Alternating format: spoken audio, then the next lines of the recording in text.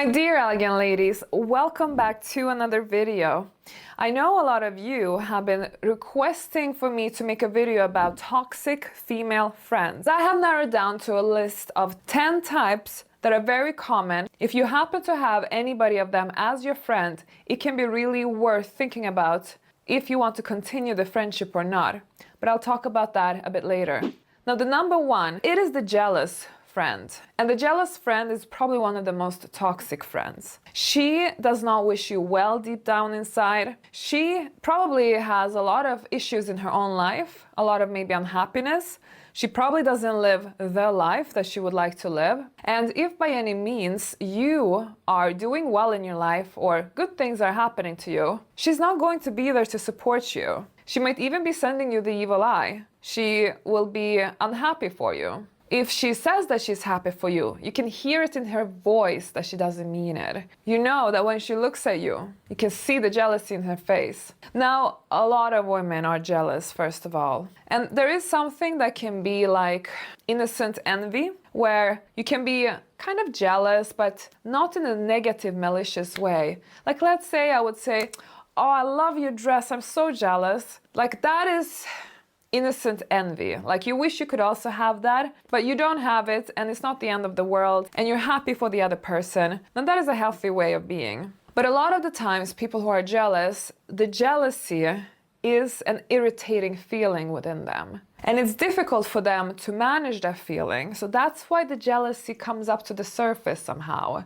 and you notice it. I work a lot with energy work, and I believe that it's really important to keep your aura as clean as possible, so magnified with positive energy, and no jealous energy belongs in a good positive aura. I can tell you that I had a friend of mine back in the days, and after I cut my ties with her, do you know what happened? My life started to accelerate for the better. It was almost like those years that we were friends that I was somehow held back because of what I now understand. She was probably jealous, and that kind of blocks sometimes certain energy. So for me, as I believe in that we want to reach our goals, we want to become successful, we cannot afford to have jealous women around us or close to us. So cut those women off.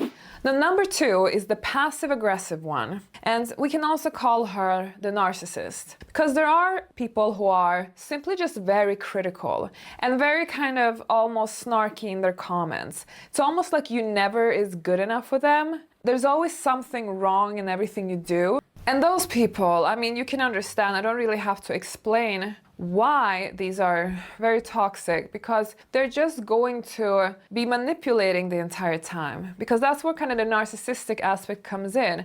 Narcissists are great on emotional manipulation, and to also make you believe certain things, to almost believe like you owe them things or you should be obeying to them in one way or another. They're very good at using passive aggressiveness to emotionally blackmail you and to manipulate you. And narcissists are one of those very toxic personality traits that as soon as you smell a narcissist, you should never even bother thinking about changing them, because narcissists are, unfortunately, you cannot ever change them. So for this reason, if you spot a narcissist, just run and get out of there. Now, number three, this is a very common within us women, because we love communicating and we love building communities. We end up becoming gossip girls. But I believe there are two types of gossip. So you have just idle gossip, when you're really just kind of catching up what everybody's up to. Like, have you heard the latest about XYZ, and just kind of check in about that person. Now that is more innocent gossip, right? But then you have malicious gossip, when lies are being spread, when rumors are being fabricated, when people are being trashed, when you're raising unpopular opinions about somebody and the person cannot be there to actually defend themselves. Now that is gossip, and that's malicious gossip. And you have a lot of women who enjoy gossip because gossip gives them a temporary relief. What happens in that situation is that, let's say they are jealous of XYZ. Now they want to find reasons to make themselves feel better about XYZ's existence. So they start gossiping about that person. Maybe making up lies, maybe sharing secrets, maybe criticizing, speaking poorly of that person. Anything that gives them that temporarily satisfaction where their own narrative instead gets validated, that that person is bad, or she's actually not as good as she thinks she is, or she did a mistake and let's enjoy that mistake, shall we? And create this little aura of gossip. Now this is toxic behavior. And this is negative behavior. And you can see that there are certain low level of people who seems to always get involved in gossip. Like, I rarely come across high level educated women who are successful and busy living their best lives, who are sitting there and like having these malicious gossip rounds with their friends. But people who do malicious gossip, they're very specific people. And if you want to progress in life and if you want to reach your goals, then you cannot involve yourself with that type of energy, because that energy is going to block your success. Number 4, the negative Nancy. The negative Nancy is somebody who everything is wrong. Nothing is good enough for her. She finds faults in everything. And she is just a big dark cloud that you feel drained by whenever she has been around you. And negative Nancy, she loves talking about the negative stuff. She loves talking about problems. And then you wonder why she keeps attracting only negative things in her life. Ladies, if you want to have success and you are especially working with law of attraction, the last thing you can do is to get involved with people who are, again, dragging you down, who only sees the negative, who do not like or feel comfortable vibrating on the positive energy. And to become a successful woman, you have to vibrate with positivity, because that's how you attract positivity into your life. Step away while you can and don't get dragged into this mess. Number 5, the drama queen. So we have different types of drama queen, but I'm now going to mention the kind of general one. The one who always has the situation going on. The one who always has things that's happening where you might have to play the support group or the rescuer. And these type of people are also draining, just like negative Nancy's, when there's always something negative happening and something that requires your presence, your attention, your help, your resources. But then let's actually move straight on to number 6, because the troublemaker is the cousin of the drama queen. And the troublemaker also needs a lot of rescue. But the problem with the troublemaker is that she really puts herself in trouble on a regular basis. So while the drama queen is more involved in drama, this one gets herself into a mess. And things can get embarrassing. And then you have to associate yourself with this type of person. And please remember, ladies, that the women that you spend your time with, they actually reflect your personal brand. If you are an elegant, polished lady and you have this troublemaker friend that just makes a fool out of herself all the time, gets herself in trouble, has a terrible personal brand, how do you think that's going to affect your personal brand? Now, I don't necessarily mean that you have to now stop being friends with her because she's cramping your style, but it can be worth seeing if you can help this friend, if this person is open for help, if you can communicate with this person where you actually ask what's going on behind the scenes, why all this drama and all this and this entire mess. Because usually I notice that a lot of women who are troublemakers, they come from a troubled background somehow, or they are going through a difficult time. It's okay to make mistakes, so I'm really referring now to somebody who regularly seeks trouble and makes it a lifestyle, really.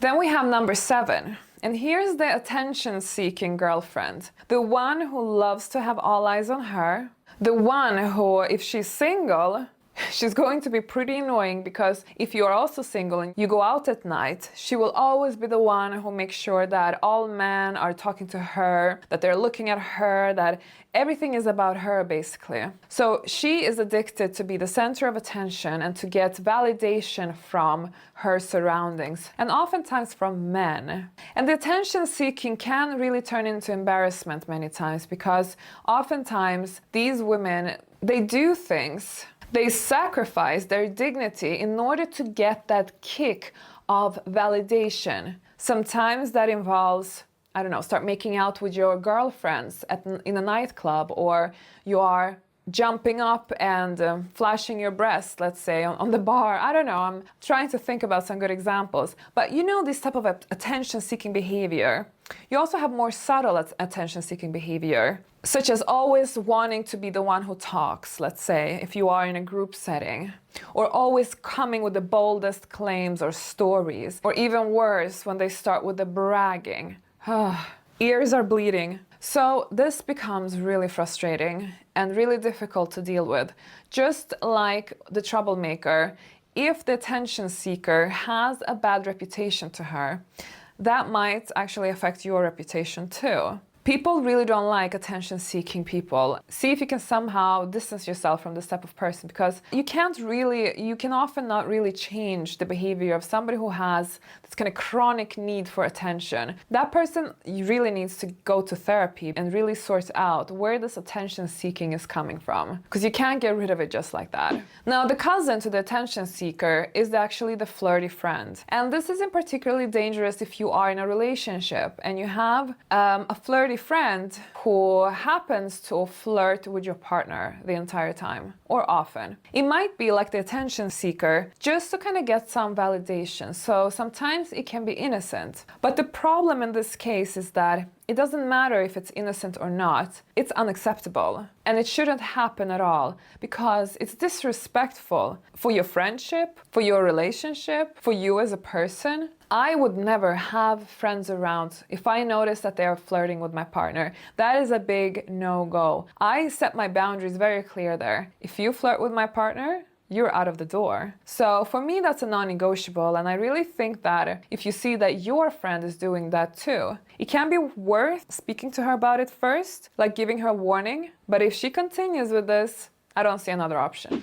Number 9, the friend who compares and competes. A lot of people are naturally just very competitive, but women do have a tendency of having an insecurity that forces them to want to compare all the time with other women, and especially their friends. This is a very common female behavior, and it's often actually done subconsciously, almost innocently. I'm not necessarily saying that you have to cut out everybody who compares and competes, because this type of behavior can be done in an amount that is not very harmful. So a little bit here and there that is kind of innocent, I think it's okay, as long as it doesn't really turn into something malicious. But if you have somebody who is hardcore competing with you and is jealous when it goes well for you and is all the time comparing you to each other and things like that, then that becomes a dysfunctional friendship. So in that case, I would definitely end the friendship. You want to have somebody who wants the best for you, who is not competing with you, somebody who is happy for you when you're doing well. And it's going to be very hard for that person who compares and competes to actually be genuinely happy for you. Number 10, and this is the last one, we have the user friend. Now, as the name says, we're talking about a person who's just there to use you for their own agenda. Somebody who never gives back or return any favors. Somebody who's just friends with you because of self-interest, who only takes, and never gives. And that type of friendship is not a balanced friendship. So I don't see how it's possible to continue a friendship where you're not in there for the same reasons and there is no balance. So you can't just have somebody who's just leeching off you. And you notice this when the person just simply never return any favors, when the person is always too busy if you need help, or the person always asks you for favor, or always expects you to be there for the person, but the person is never there for you. Now, I know a lot of women are wondering, when is it okay to cut the ties? And I think that that depends on the unique situation. Me, myself, I would definitely give a person a second chance, but I would never give them more chances than that. They have the opportunity to correct their mistake, but if they don't bother, well, that means that they're not really valuing the friendship. And you always have to set boundaries with your time and your energy. You are the priority in your life. You don't owe people anything. It's not your responsibility to please the world. Now, ladies, I do have a video that talks about how to deal with hate and how to deal with rudeness in an elegant way. So make sure you hop over to that video, because that will tell you a little bit more how to deal with toxic people. I will see you in that video.